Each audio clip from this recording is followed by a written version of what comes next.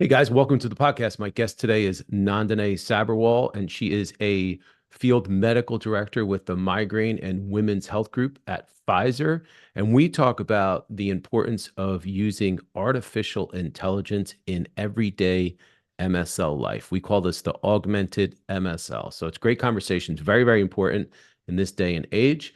Don't forget, there is still time to sign up for the Medical Affairs Excellence Summit, MAX.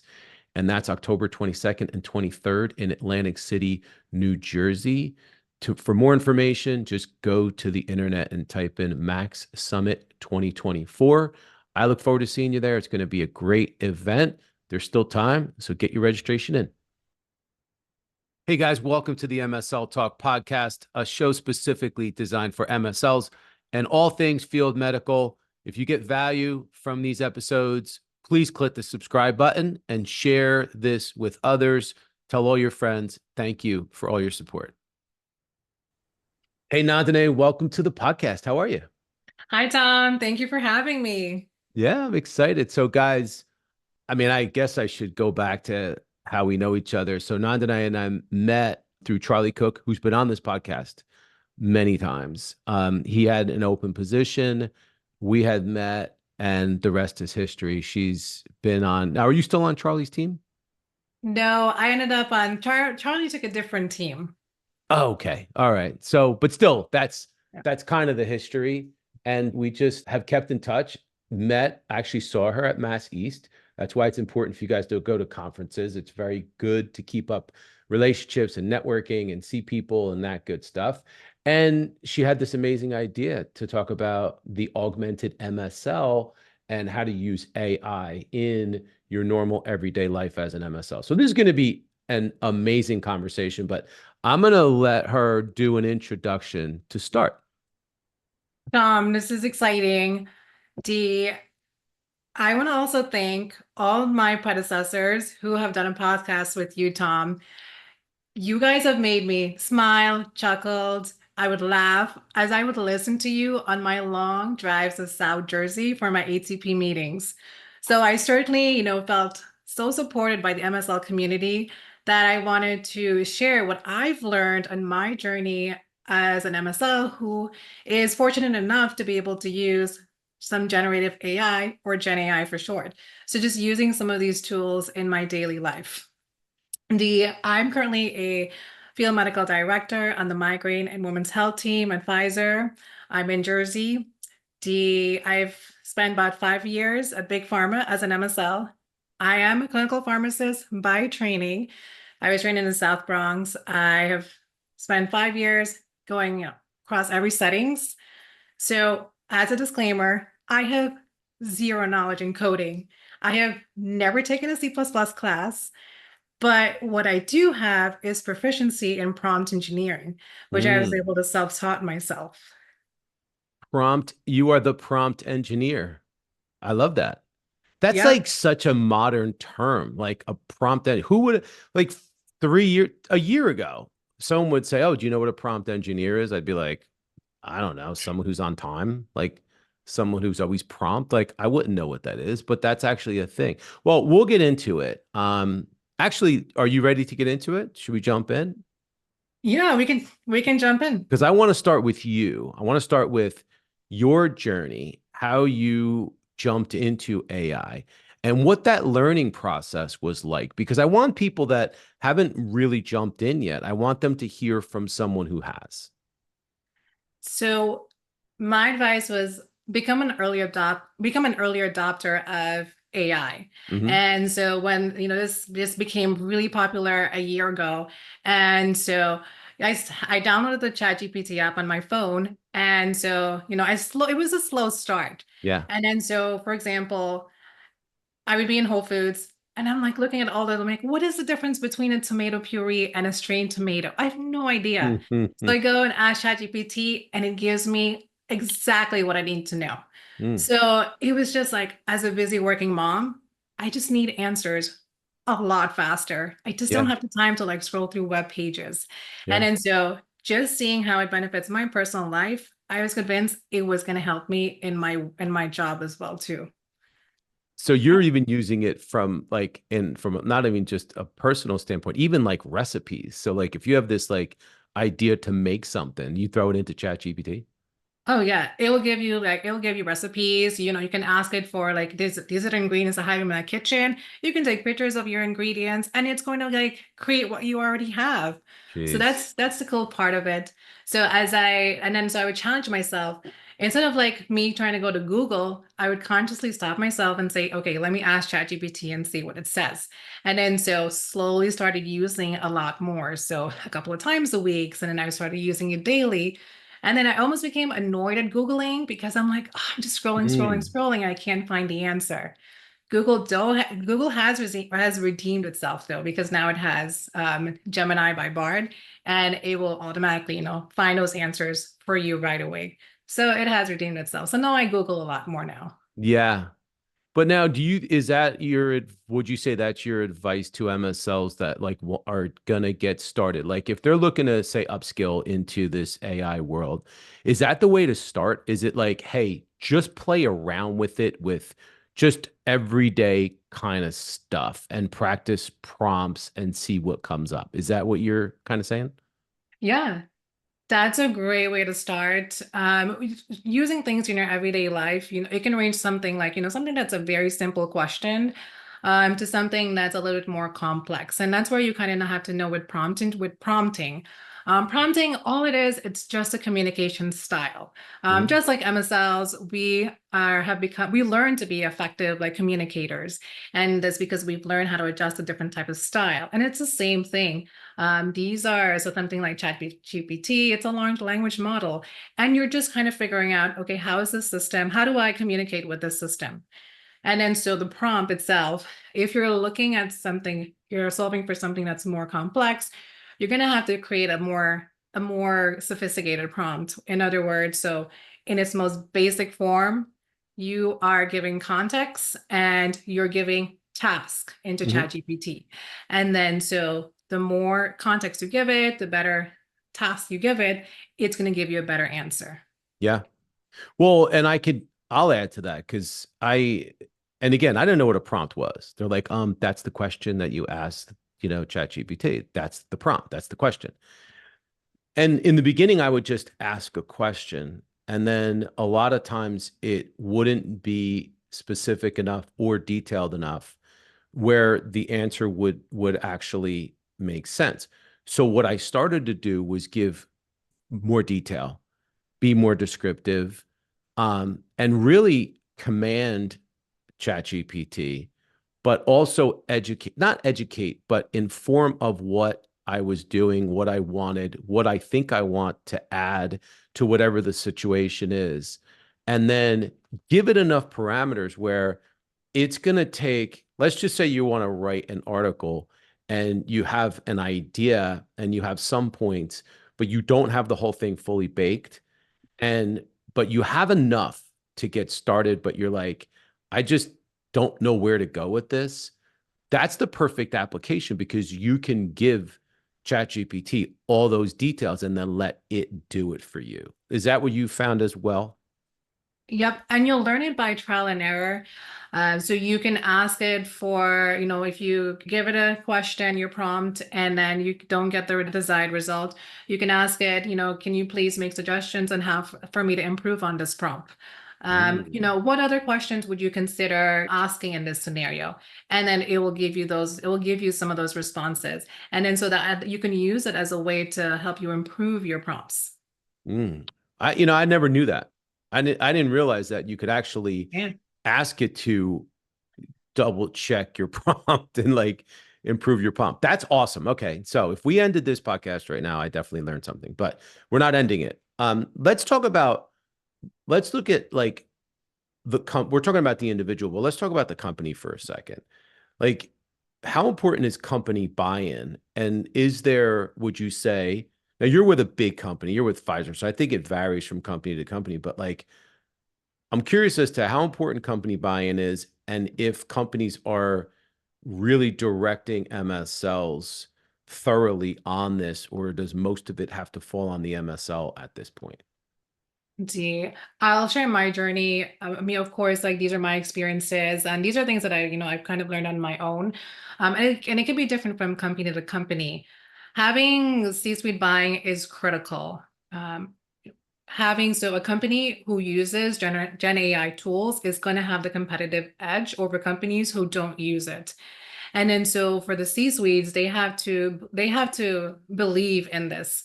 And it's certainly a big investment upfront for them. And then so it's kind of thinking, it's very expensive for, purchasing cloud computing services to run things like large language models.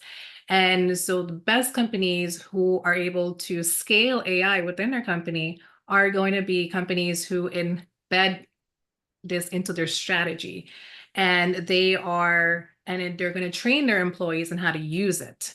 Mm-hmm. And then so that's like a big hurdle right there. So if your company is able to get over that hurdle and you get the opportunity to use it, even then for me, I still had to have buy-in for my team. So these Gen AI tools, these are things like Microsoft Copilot, something like a large language model like ChatGPT. They're going to cost money. There's a license, like a cost associated to it. So Mm-hmm. I had to get the support, talk to my manager, what this is, why do I want to use it, get their support, and I need somebody to give me the money to be able to purchase it. So I had to write up a proposal to my senior team leader. And in my proposal, I'm telling them, this is the pilot that I want to do. I want to, be a test cases, and I want to measure standard approaches, the way of working as an MSL versus using a Gen AI tool in increasing my productivity. Mm-hmm. And then I'm going to share my learnings, after I finish the pilot, and I'm also going to be teaching my colleagues as well too. Mm. So, and then once I get the blessing, then I'm able to like actually like get access to it. So it is, yeah, that's, that there still is, buy-in that's required from your manager or your senior team leader. That makes sense because you need the tools. But that said, ChatGPT is like $20 a month. So, I mean, even if you had to like kind of pay for that out of your pocket or try to get that expense at some point, there's no real barrier of entry to an extent, right? But Microsoft Copilot, is that just Microsoft's version of ChatGPT? Indeed, I will say that when it comes to using these tools, like only use it if your company explicitly like lets you use it Okay. and they have a license for it. Using it, anything that's work related, don't use it on your personal accounts. Mm. It's just there's a lot of security and privacy ramifications for it. So try to separate out the two. Yes, there is. So for Microsoft Copilot, and I think they've just released it just for individual subscribers. So if you have access to a Microsoft account, then you can get the premium version of Microsoft Copilot. And then Copilot, since it's powered by OpenAI, it is very similar to ChatGPT. And then, so the nice thing about it is that it's going to work across all of the Microsoft platforms. So Word, PowerPoint, Excel, and then so you can work off of those applications. And then even if you need to, like Microsoft Copilot has access to the web itself too. So you can prompt and ask it questions there, and then you can actually have it pull in information into Word, and then you can have it wordsmithed. You can ask it to convert that into content into PowerPoint presentation. Now it doesn't do it perfectly, but it will cut down on a lot of those clicks and tasks that you have to do. Got you. Awesome. Okay. That's helpful. It set the tone for, because I'm really curious to learn about use cases and practical applications. So, talk to me about how you're using it and how MSLs should be using it in their job with what types of applications, and what are some of the use cases that would make sense? My advice would be to just think about the pain points in your role as an MSL. And then, so how can Gen AI help you with this pain points? It's not going to be able to help you with everything, but some of the things that I've been able to use it to do are things like, for example, meeting preparation for for a healthcare provider. Hmm. And if you, as an MSL, are new to that therapeutic area and to the specialists within that area, it takes a significant amount of prep time to gain foundational knowledge within that therapeutic area. So this is where you can go in and you can ask ChatGPT, hey, I'm an MSL, I'm new to this therapeutic area. These are the specialists that I'm meeting with, for example, a pediatric epileptologist. And, I want to know what are the most common challenges that this provider would face with diagnosing rare seizure disorders? What are their challenges with managing it, patient with managing it? What treatment options? And then you can upload, like, for example, your PowerPoint, your MSL decks into there. Same presenting this content to the pediatric epileptologist. What kind of questions would they have on this content? And then so it'll give you like really good questions. So you can say, okay, let's role play for a second here. And then you can tell ChatGPT, you are the pediatric epileptologist, I'm the MSL, I'm presenting this content to you. We're talking about treatment-based guidelines. You, as a provider, is giving me rebuttal in terms of I'm good with my current practice. The current meds work. I don't need anything new. How can I incorporate this? Can help me create a 2-minute conversational script and how we can go about having this conversation. And it'll create a really nice script and it'll incorporate the content that you give it into it. So as you're going through and preparing, so that's what it does. It really cuts down like that training time that you need. So it speeds up that learning curve. So that's one of my favorite things to do with it, like role playing. If you are running an advisory board, for example, and you're like, okay, usually the decks are from our clinical trials, and then so you can upload a clinical trials deck, and then you can say, hey, can you create, I'm running an advisory board. These are the type of specialists that are going to be there. Based on the uploaded file I gave you, can you create some pre-survey questions? Can you create some post-survey questions? And then so it's going to be able to do it for you. So granted, because your company has a license to it, that information will stay within the company. It's not going to be shared outside of it. And so all of your data, it's all protected. So that's one thing I wanted to add. If you wanted to, if you have special projects in your role, and then so you're like, okay, how do I, get this started? And then so you can start asking, hey, I have this project. This is what the project is about. And, can you help me create an exercise or create a step-by-step framework on how to go about executing this project? And then it will give you a great starting point. Mm-hmm. And then from there, you can start asking it more questions along the way too. Sometimes some of the systems will give you suggested prompts as well too. So you can just continue that conversation. If you have like post-Congress summaries and all the MSLs are writing up their summaries and then you have to go over and review everything. You could take all of that, put into ChatGPT and say, hey, I'm just getting back from conference. These are all the insights that we've gathered. Can you analyze it, identify trends in it, and then kind of, quantify the data. And then so you can give it more specifics of what you want to see. And it's going to be able to do that. So there's a number of things that you can use it for. And then so all it's, just really cutting down the number of like tasks that you have to do in order to get that information. And I'm sure once you start using it, you then realize how many other ways, like I'm sure like you said, as you come up with certain problems or you're faced with a task, you're faced with a project of some sort, you then need to think about, okay, in what ways can I use AI, and whether it's Microsoft Copilot or ChatGPT, whatever it is that your company's giving you, how can I use that to make this job easier or to take off some of the responsibility of me having to actually do? It's almost like you're trying to look for it's like having an assistant, somebody who's helping you with at least part of the task, right? Yep.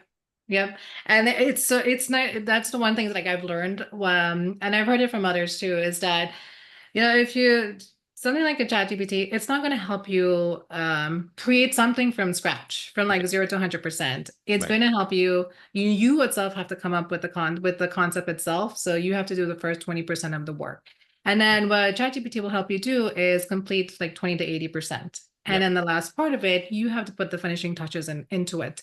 And then so, if you clearly, if you have an idea, you have to know what you want. So, in other words, your input into it. And then you kind of have to have an idea of, what you want, or what the end result or endpoint is. And then the system is going to help you in between. And that's kind of how you'll be able to use it effectively.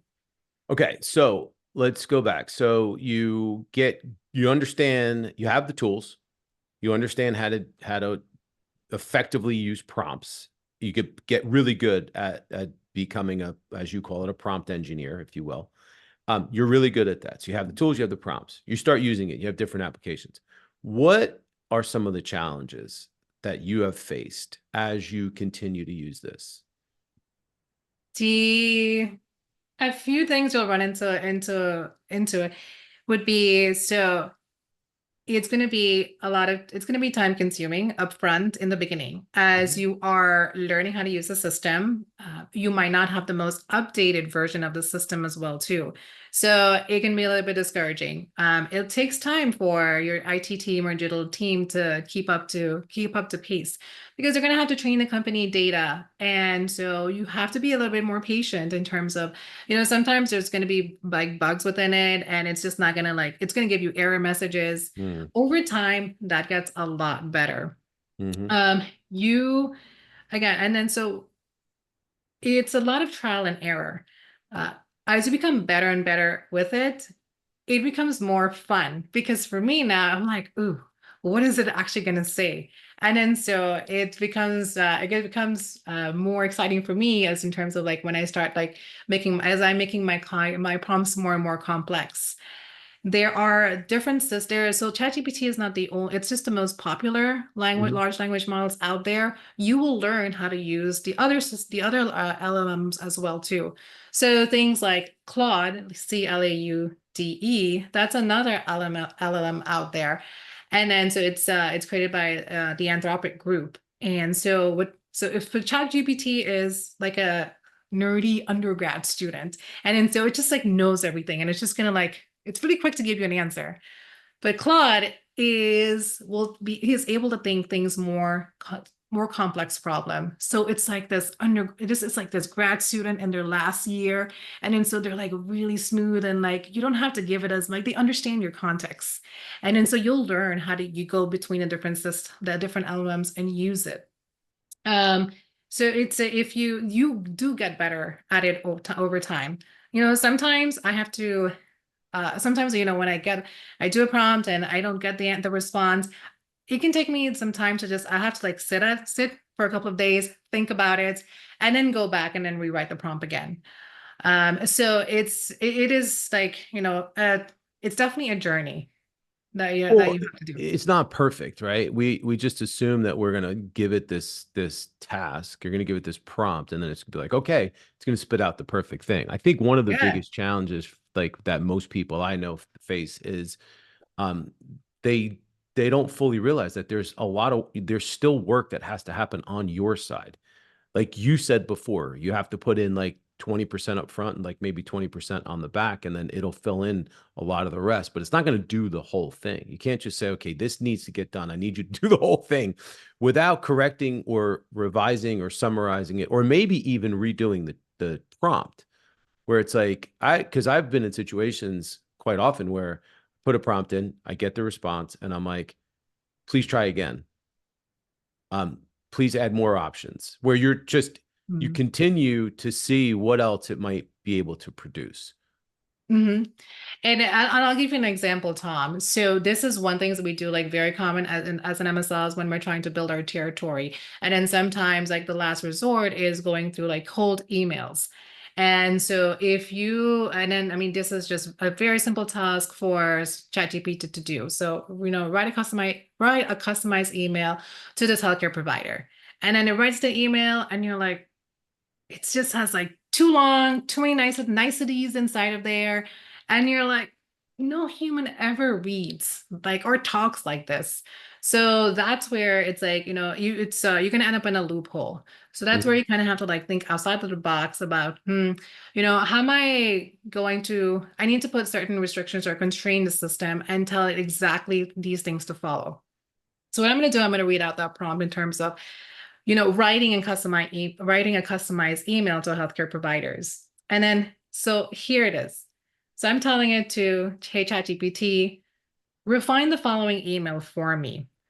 And I give it the information about the provider. I'm not Hmm. giving them the name. I'm just saying like, okay, this is a primary practice, family medicine doctor. He's been in practice for 20 years, and then if I can grab some stuff about his bio, then I'll put it in there. So no names. You don't have to give it any specific names. Hmm. And then here are the rules to follow when writing the email. Use the F pattern of reading. So assume the reader will skim through the first words on the left-hand side. Use active voice in the email. Short, simple sentences. Front load the important information of the sentences, and then be concise.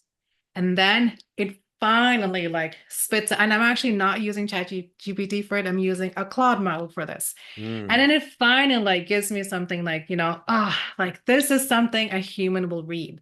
So it's adding a lot more constraints into the system. And then so it's a lot, I had to play around with it for a little bit until I was able to get something. I'm like, this is what I wanted.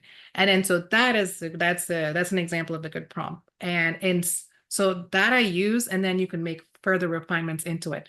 Of course, I'm always adding at the end, please suggest how I can improve my prompt. And it will actually tell me, what it intended to do, and what are ways to improve on the prompt. Mm. Well, and that's what I was talking about. Like, that's exactly, I think, what, or a lot of that. First of all, that's a really good example that I think people are probably going to rewind and listen to, because that's such a great use case. But to your point, and this is what I've had to learn, because I really didn't think I was very good at doing this in the beginning. I'm like, this isn't working. This isn't good for me. But you have to give it instructions. You have to say, you said the word concise. I need this email to be concise, or I need the email to be no more than 3 sentences Yep. or a paragraph, or I need 3 paragraphs. This needs to be brief. I'm doing a presentation, and the presentation, I only have 8 minutes. And here's my topic. Here's what I'm planning to include. But I need, like, you have to give it really, really specific instructions, and then it works better, I have found. Mhm. Yep, that's right. And then sometimes, I mean, the prompt that I wrote that comes from like like marketing email, like Mhm. 101. So these are techniques of just how a human would read an email. So like you never start your email like, dear doctor, this. I hope this email finds you well. Because if you're looking and you're reading like the header, and that's all they're gonna see in there, and then they're not gonna be like, okay, what is this email about? Garbage. They're not gonna even Yeah. open up your email. Yeah. So it's like use those things very precisely. Like people only read the first sentences of the word. And so you want to have the most important information up front in the sentence and not Mhm. all the way towards the end, because you're just going to skim through it. So it's like sometimes it requires you to pull things from like other industries, and then in terms of like knowing how to write something. So it's just a constant refinement. Yeah. So how far into this AI journey are we for MSLs? Is this something that, like, just you're doing, or is this something all MSLs are doing, or does it vary? Like, where are we? It's gonna vary. I think we're still in the exploratory phases of this.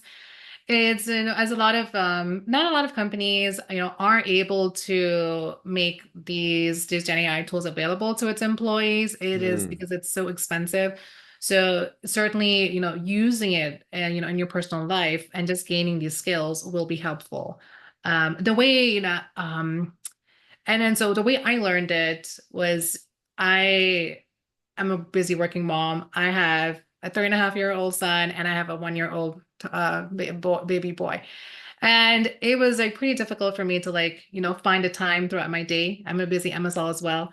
And then so it's like, how do I, incorporate this learning into my week?